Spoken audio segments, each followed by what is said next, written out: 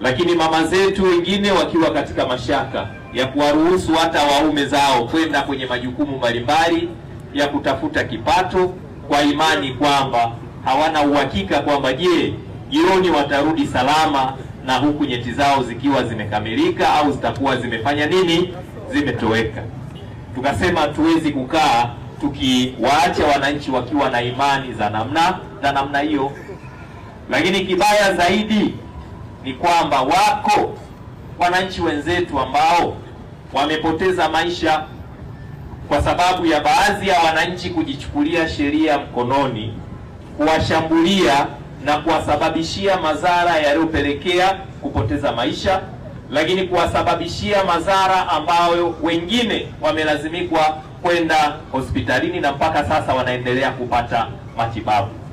Jambo la namna hiyo haliwezi kuacha kimya, lakini jambo la namna hiyo haliwezi kuvumilika, kwa sababu nchi yetu hii ya Tanzania, mkoa wetu huu wa Songwe, kila mmoja anapaswa kuishi akiwa na amani. Lakini mji wetu wa Tunduma, tumeambiwa hapa na mwenyekiti wa halmashauri, ni mji wa kibiashara. Tumekuwa tukipokea wageni wengi hapa kutoka kwenye nchi mbalimbali. Mji wetu wa Tunduma ndo lango la SADC.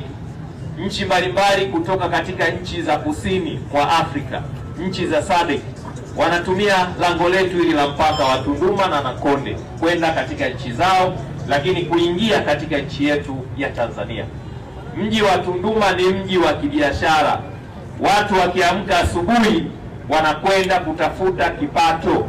Ni mji ambao tunategemea shughuli za kibiashara. Sasa tukiwa na imani ambazo ni potofu zinazopelekea usalama wa mji wetu kuweza kupotea, manake tunaweza tukazorotesha shughuli za kibiashara. Lakini na kwa sababu tunaelekea kwenye sikukuu hizi, watu watakuwa ni wengi, watu watakuwa na heka nyingi, hatuwezi kukaa tukawaacha watu wakiendelea kuwa na mashaka. Kwa hiyo kwanza tumekuja hapa kwa ajili kwanza kulaani na kukemea vikali vitendo vya watu kujishughulia sheria mkononi. Kwenye nchi yetu ya Tanzania tunazo sheria zinazotuongoza. Kwenye mkoa wetu wa Songwe tunazo sheria zinazotuongoza. Kwenye halmashauri yetu ya Tunduma tunazo sheria zinazotuongoza.